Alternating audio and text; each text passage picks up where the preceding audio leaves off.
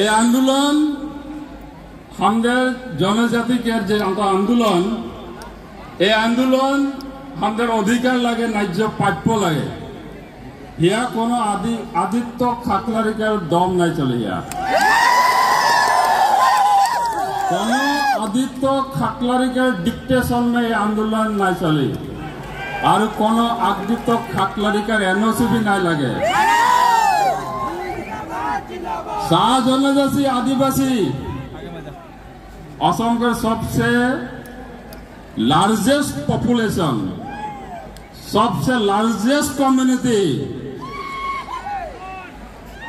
এখন আদিত্য খাকলারি বলি है যে আমাদের পপুলেশন का বেশি है तो एसटी দিতে না লাগে, আর আমাদের ডিমান্ড যে আমাদের পপুলেশন বেশি তো আমাদের সমস্যা भी বেশি, তো ফার্স্ট एसटी আমাদেরকে দিতে লাগে। ফার্স্ট एसटी শাহ জনগোষ্ঠী আদিবাসীকে দিতে লাগে। এটা সরকারকে আমাদের ডিমান্ড লাগে। অসমৰ আমাৰ যিটো ইতিহাস এইটো সকলোৱে জানে। আজি কোনোবাই কৈ আছে আমি এডভান্স ক্লাছক বোলে এসটি দিব নালাগে।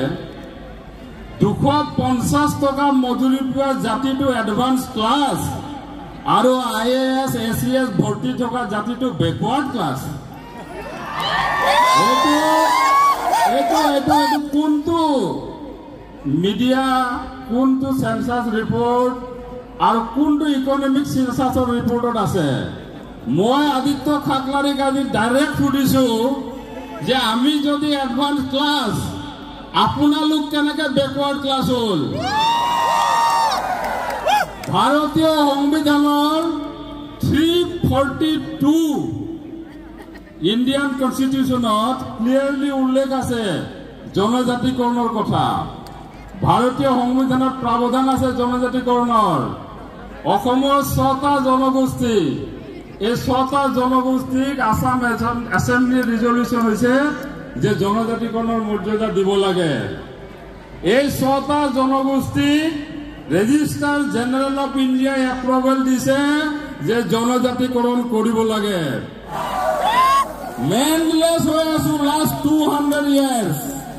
অসমত কোনোবা মানুহ আছে নেকি, কোনোবা জাতি আছে নেকি, কোনোবা জনজাতি আছে নেকি যে 200 ইয়ার্স এইটো অসমত থাকি ল্যান্ডলেস হয়ে আছে? এনেকুৱা কোনো জাতি নাই। তার পিছত আমাক কয় বোলে এডভান্স ক্লাস। তো কেনেকৈ এডভান্স ক্লাস? এইটো মই ভাবো যে কোন সেন্সাস রিপোর্টত এইটো আহিছে, এইটো আদিত্য খাকলারি ডাঙৰীয়াই প্ৰেছ মিট দি ৰাজহুৱা কৰি দিব লাগে। কোনটো অসম চৰকাৰ, ভাৰত চৰকাৰৰ ইকনমিক সেন্সাসত অসমৰ চাহ জনগোষ্ঠী আদিবাসীৰ লাখ লাখ মানুহ, কোটি মানুহ আমাৰ অসমৰ আটাইতকৈ এডভান্স ক্লাস বুলি ৰিপোৰ্ট আহিছে, সেইটো ৰাজহুৱা কৰি দিব লাগে আদিত্য খাকলাৰি ডাঙৰীয়াই।